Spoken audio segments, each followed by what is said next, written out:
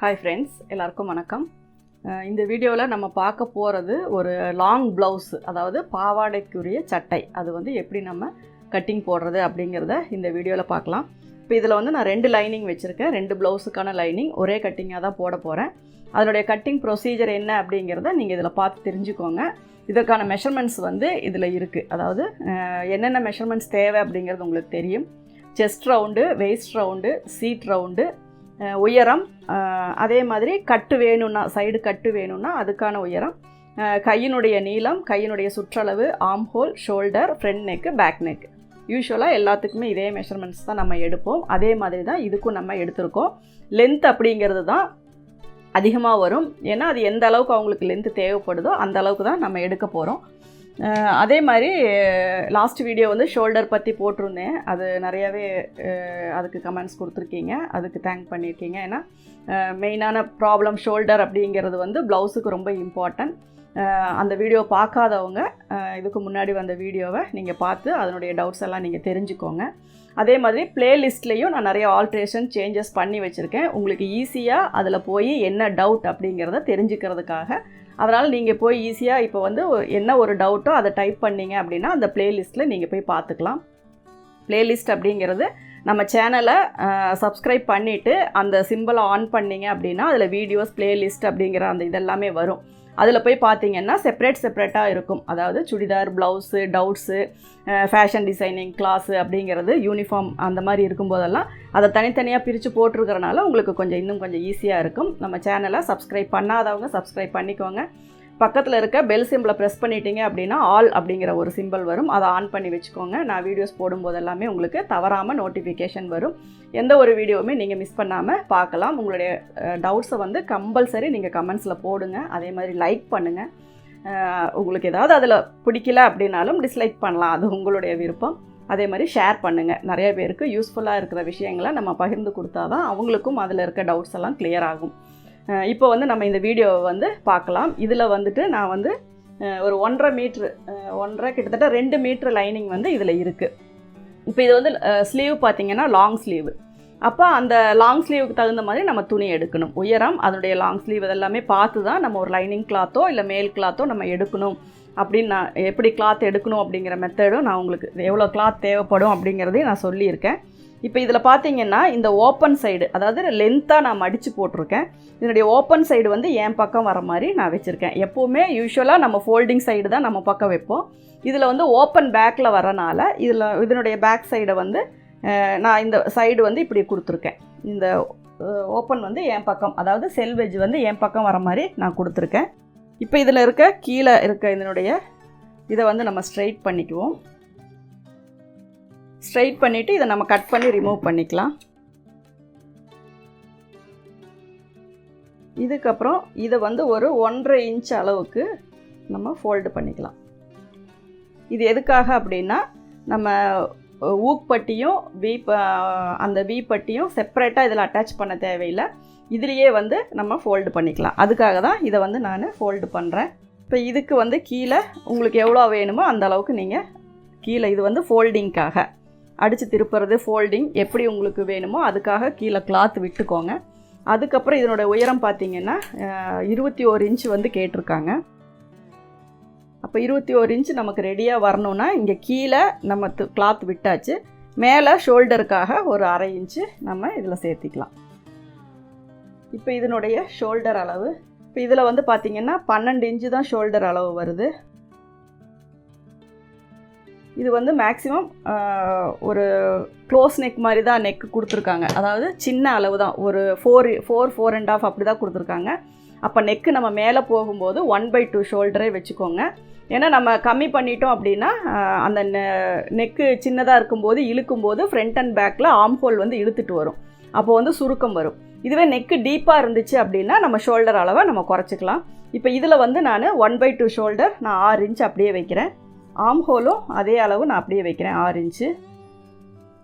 இப்போ இதில் வந்து செஸ்ட் ரவுண்டு பார்த்திங்கன்னா 29 இன்ச் இருக்குது. நம்ம அதிலோட ஆட் பண்ணும்போது 4 இன்ச்சு சேர்த்துவோம். அப்போ 29, 30, 33 வரும். நான் வந்து இதில் 34 வைக்கிறேன். ஏன்னா ப்ளவுஸ் அளவுக்கு இது ஃபிட்டிங்காக இருக்காது, கொஞ்சம் லூஸ் வர கார்மெண்ட் தான். அப்போ நான் வந்து இதில் 5 இன்ச்சு சேர்த்துறேன். அப்போ 34 வருது. அப்போ 8.5 இன்ச்சு வந்து நான் மார்க் பண்ணுறேன். சைடில் வந்து ஒரு 1.5 இன்ச்சுக்கு நான் கிளாத் விடுறேன். இப்போ இதுக்குமே ஷேப்பு பார்த்தீங்க அப்படின்னா கிட்டத்தட்ட ஒரு மிடில் வர மாதிரி வச்சுக்கோங்க. ஒரு 12.5 13 இந்த ஷேப்பில் இடத்துல வச்சிங்க அப்படின்னா இதனுடைய மிடில் சரியாக இருக்கும். இப்போ இதில் பார்த்தீங்கன்னா 26 இன்ச்சு வருது. 26 கூட நம்ம 4 இன்ச்சு நம்ம சேர்த்துறோம் அப்படின்னா 30 இன்ச்சு வரும். டாட்டுக்காக ஒரு 1/2 இன்ச்சு, அப்போ 7.25 இன்ச்சுக்கு நான் இதில் ஒரு மார்க் போடுறேன்.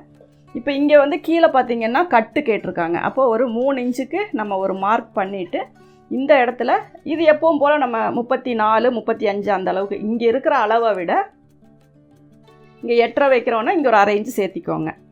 ஒரு 9 இன்ச்சு நம்ம வச்சுக்கலாம். இங்கே வந்து இந்த சைடு ஸ்லிட்டு மாதிரி இங்கே 1 இன்ச்சு மட்டும் நம்ம இது பண்ணால் போதும். இங்கேயும் 1.5 இன்ச்சு தான் வச்சுருக்கேன், இங்கேயும் 1.5 இன்ச்சு தான் வச்சுருக்கேன். இங்கே கீழே மட்டும் பார்த்தீங்கன்னா நம்ம சுடிதாருக்கு எப்படி சைடு ஸ்லிட்டு மடிப்போமோ அந்த அளவுக்கு தான் வரணும். அது கிளாத் நிறைய தேவைப்படாது. அதனால் நான் ஒவ்வொரு இன்ச்சு நான் வச்சுருக்கேன். இப்போ இது எல்லாத்தையுமே நம்ம கனெக்ட் பண்ணுவோம்.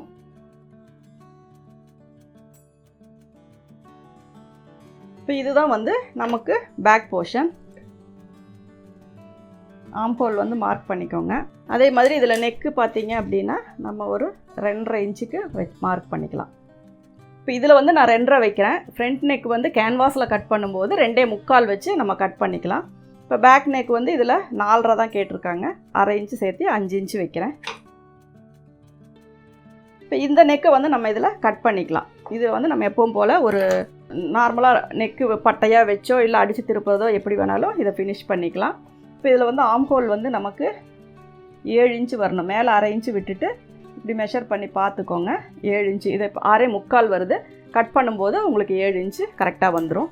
இப்போ இதுக்கும் நீங்கள் கரெக்டாக ரவுண்ட் போட்டு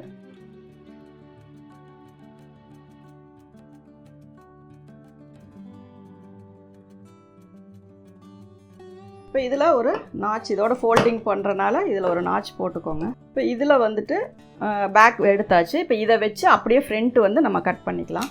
அதுலேயே ஆப்போசிட் சைடு எடுத்துக்கோங்க. ஆப்போசிட் சைடு எடுத்தாலும் சரி, உங்களுக்கு துணி எப்படி இருக்கோ, தாராளமாக இருந்தால் நம்ம ஒரு மாதிரி கட்டிங் போடுவோம், பத்தாமல் இருந்தால் ஒரு மாதிரி போடுவோம். இது மேக்ஸிமம் அந்த ட்ரெஸ்ஸுக்கு தகுந்த அளவுக்கு நமக்கு இருக்குது. அதனால் இப்போ இந்த ஃபோல்டிங் சைடு எப்பவும் போல் என்னுடைய பக்கம் போட்டுட்டேன். இப்படி டபுளாக போடும்போது இந்த கிளாத் வந்து கரெக்டாக எல்லாத்துலேயும் ஈவனாக இருக்கான்னு செக் பண்ணிக்கோங்க. அதுக்கப்புறம் இதை அப்படியே இதில் ப்ளேஸ் பண்ணிக்கோங்க. கீழே பத்தாமல் போயிடக்கூடாது, எல்லாமே ஈவனாக இருக்காங்கிறத செக் பண்ணிக்கோங்க. இதுவே ஒவ்வொருத்தருக்கும் வந்து பார்த்திங்கன்னா செஸ்ட்டு வந்து பெருசாக இருக்கும். அதாவது ஸ்கர்ட் அண்ட் ப்ளவுஸ் போடுறவங்களுக்கு அப்படி வரும்போது நம்ம என்ன பண்ணோன்னா சும்மா லைட்டாக ஒரு 1/2 இன்ச்சு, சும்மா 1/2 இன்ச்சை விட கம்மியாக தான், ஒரு 1/4 இன்ச்சு அளவுக்கு இது நம்ம அவுட்டரில் தள்ளி வச்சுக்குவோம். அப்போ வந்து உங்களுக்கு ஃப்ரண்ட்டில் வந்து கொஞ்சம் லூஸ் கிடைக்கும். இப்போ இது வந்து நார்மல் தான் அப்படிங்கும்போது நான் இதே அளவை நான் அப்படியே வைக்கிறேன்.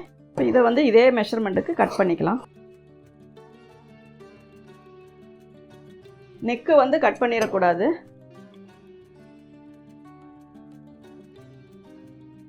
பார்த்தீங்கன்னா ஃப்ரண்ட் அண்ட் பேக் வந்து நம்ம கட் பண்ணியாச்சு. எங்கேயுமே துணி ஸ்லிப்பாக மாதிரி கரெக்டாக பார்த்துக்கோங்க. இப்போ இதில் வந்து நீடில் மார்க் நம்ம போடணும் மெயினாக, அதே மாதிரி அர்க்காத் போடணும், அதெல்லாம் பார்த்துக்கலாம். ஃபஸ்ட்டு இந்த ஆம்ஹோல்கிட்ட இருந்து இந்த ஷேப் எப்படி வரணுமோ அதே மாதிரி இது நீடிலில் வந்து கரெக்டாக ஊசி மார்க் போட்டுக்கோங்க. இப்போ நீங்கள் தையல் போடும்போது இந்த ஷேப்லேயே போட்டிங்க அப்படின்னா உங்களுக்கு நல்லா ஃப்ரண்ட் சைடு ரெண்டுமே நீட்டாக வரும். இப்போ இதில் பேக்கில் மட்டும்தான் டாட் தேவை. அதனால் இதனோட மிடில் பாயிண்ட் எதுன்னு பார்த்துட்டு இதில் மட்டும் போடுறதுனாலும் நீங்கள் போட்டுக்கலாம், இல்லை ஃப்ரண்ட்டில் உங்களுக்கு டாட் தேவைப்பட்டாலும் நீங்கள் போட்டுக்கலாம். இது வந்து ரொம்ப லென்த்தாக போட வேண்டாம், அவங்களுடைய கரெக்டாக அந்த பேக்கினுடைய அந்த பெண்டு வர அளவுக்கு மட்டும். இப்போ இதில் பார்த்தீங்கன்னா கிட்டத்தட்ட ஒரு 5-5.5 இன்ச்சு அந்த அளவுக்கு வர மாதிரி தான் போட்டிருக்கேன். 6 இன்ச்சு வர மாதிரி நான் போட்டிருக்கேன். இந்த அளவுக்கு நீங்கள் பிடிச்சா போதும். இப்போ இதில் எங்கெங்கெல்லாம் நாச் போடணுன்னு பார்த்துக்கலாம். இது வந்து நம்ம ஃபோல்டிங்காக இங்கே ஒரு நாச் போடணும். இந்த இடம் வந்து சைடு ஓப்பனுக்காக, இது வந்து சைடு அந்த கேர்வுக்காக, இது வந்து ஆம்ஹோலுக்காக. இந்த இடத்துல எல்லாமே நம்ம நாச் போட்டுக்கலாம்.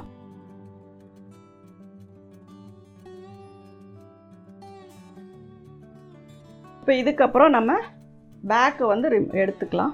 இந்த கழுத்துக்கிட்ட நீங்கள் ஒரு நீடில் மார்க்கு அல்லது ஏதோ ஒன்று போட்டுக்கோங்க. ஏன்னா நீங்கள் கேன்வாஸ் வெட்டும்போது உங்களுக்கு அந்த அளவு தெரியணுங்கிறக்காக.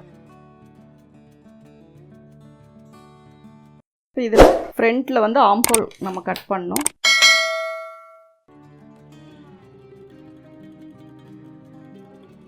இப்போ இதுவே வந்து உங்களுக்கு இந்த இடத்துலலாம் அந்த கட்டினுடைய ஷேப்பு கீழே வந்து பென் ஷேப் கொடுக்கணும், வேறு கர்வ் அந்த மாதிரி கொடுக்கணுன்னாலும் நீங்கள் இதில் கீழே கொடுத்துக்கலாம். ஆம் ஹோல் டீப் வந்து நம்ம கட் பண்ணியாச்சு. இப்போ இந்த இடத்துல ஒரு நாச் போட்டுக்கலாம். கப் ஷேப் பெருசாக இருக்கவங்க இங்கே வேணால் ஒரு சின்ன டாட் பிடிக்கணுன்னா நீங்கள் பிடிச்சிக்கலாம். இப்போ இதில் பார்த்தீங்கன்னா 2.25 அகலத்துக்கு நம்ம கேன்வாஸ் வந்து கட் பண்ணணும்.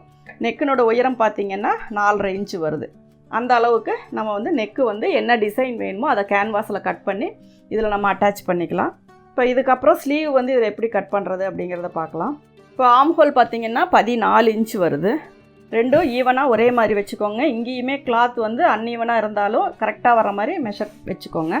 முடிஞ்ச வரைக்கும் ஸ்ட்ரைட்டே போடுங்க. செல்வேஜ் வர மாதிரி ஸ்ட்ரைட்லேயே போடுங்க, குறுக்கில் போட வேண்டாம்.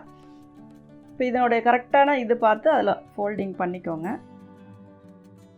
இங்கேயும் துணி கரெக்டாக உள்ள ஈவனாக இருக்கணும். இப்போ ஸ்லீவ்னுடைய லென்த்து பார்த்தீங்க அப்படின்னா உங்களுக்கு 10 இன்ச்சு கொடுத்துருக்காங்க. வேணாலும் ஒரு 1/2 இன்ச்சு நம்ம சேர்த்திக்கலாம். ஏன்னா கொஞ்சம் ஸ்ரிங்க் ஆகாமல் இருக்கணும் அப்படிங்கிறக்காக 10.5 அப்படி 10ங்கிற இடத்துல 10.5 கொடுத்து 11 இன்ச்சு நான் மார்க் பண்ணியிருக்கேன். கீழே ஃபோல்டிங்க்காக நான் ஒரு 1 இன்ச்சு விட்டுருக்கேன். இப்போ இதிலிருந்து நான் ஒரு 3 இன்ச்சு வந்து ஆம் ஹோல் விடுறேன். இதில் பார்த்தீங்கன்னா 7 இன்ச்சு வந்து கையினுடைய ஆம் ஹோல் ரவுண்டு. கையினுடைய சுற்றளவு பார்த்திங்கன்னா 9.5 இன்ச்சு. அதில் பாதி நான் மார்க் பண்ணுறேன். இப்போ இதை வந்து லைன் போட்டுக்கலாம்.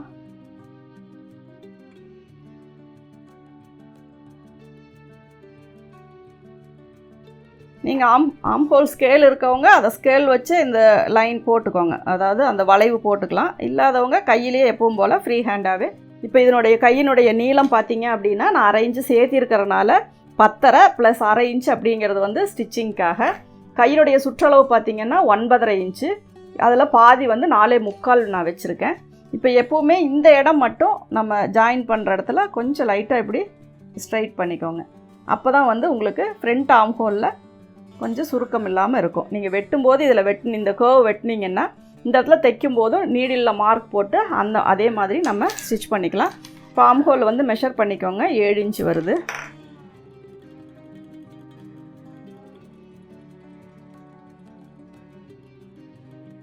இந்த இடத்துல லைட்டாக ஒரு கிராஸ் கொடுத்து அப்புறமா இது பண்ணுங்கள். இந்த நாச் போடுங்க. அதே மாதிரி இங்கேயும் நாச் போடுங்க. நாச் போடுறது, நீடில் மார்க் போடுறதெல்லாம் ரொம்ப இம்பார்ட்டன்ஸ் நான் சொல்லியிருக்கேன். ஏன்னா ஒரு ஸ்டிச்சிங் வந்து ஃபினிஷிங் வந்து ரைட் லெஃப்ட்டு, அதாவது வலது பக்கமும் இடது பக்கமும் ஒரே மாதிரியான ஒரு ஷேப்பு வரணும்.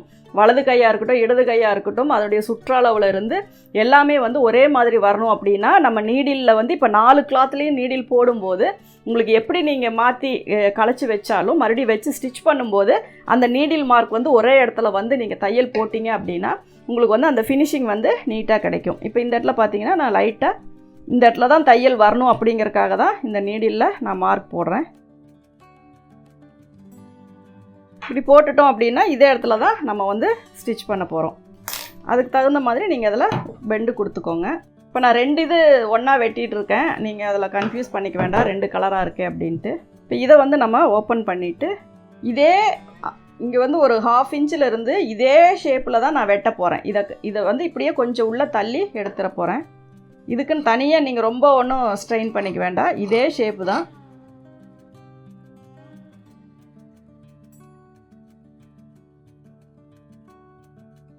இது எப்படி இருக்கோ அதே மாதிரி தான் நான் வெட்டியிருக்கேன். இந்த இடத்துல ஒரு நாச் போட்டுக்கோங்க.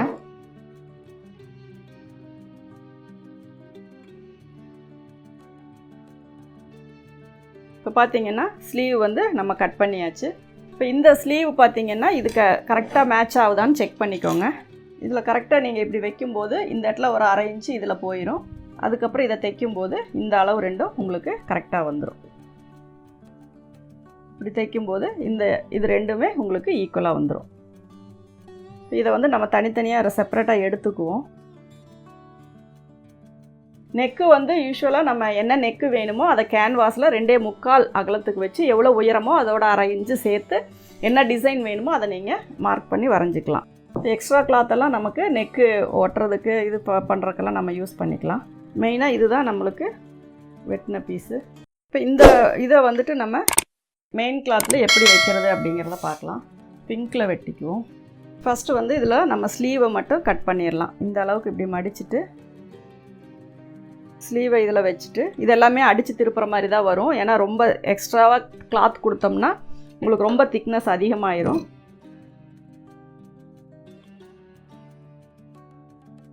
இப்போ இது வந்து ஸ்லீவ் நம்ம இதில் கட் பண்ணியாச்சு. இப்போ இந்த ஃபோல்டிங் இந்த மாதிரி வெறும் எம்டியாக வர்றதை வந்து நம்ம மேக்ஸிமம் வந்து ஃபோல்டு பண்ணுற இடத்துலையோ அடித்து உள்ளே திருப்புற இடத்துலையோ அப்படி வச்சுக்கிட்டோம் அப்படின்னா கொஞ்சம் திக்னஸ் குறையும். மற்ற வெளியில் இதெல்லாம் யூஸ் பண்ணோம் அப்படின்னா உங்களுக்கு அந்த இடத்துல டிசைன் இல்லாதனால பார்க்குறக்கு ஒரு மாதிரி இருக்கும். அதனால் மேக்ஸிமம் பேக் ஃபோல்டிங் இந்த மாதிரி வர இடத்துல இதை வந்து நம்ம யூஸ் பண்ணிக்கலாம். கரெக்டாக இது ஈவனாக மடிச்சுக்கோங்க. இந்த டிசைன் வந்து மிஸ் ஆகாமல் இருக்கணும். இதனோட பேக் தட்டை எடுத்து நீங்கள் இப்படி ஓப்பன் பண்ணியே வச்சுக்கோங்க. அப்போ தான் வந்து இந்த அளவு உங்களுக்கு தெரியும். இதே மாதிரி இதனுடைய ஃப்ரண்ட்டும் இந்த இடத்துல இப்படி வச்சுக்கோங்க. இப்படி வச்சு நம்ம இதை கட் பண்ணிக்கலாம்.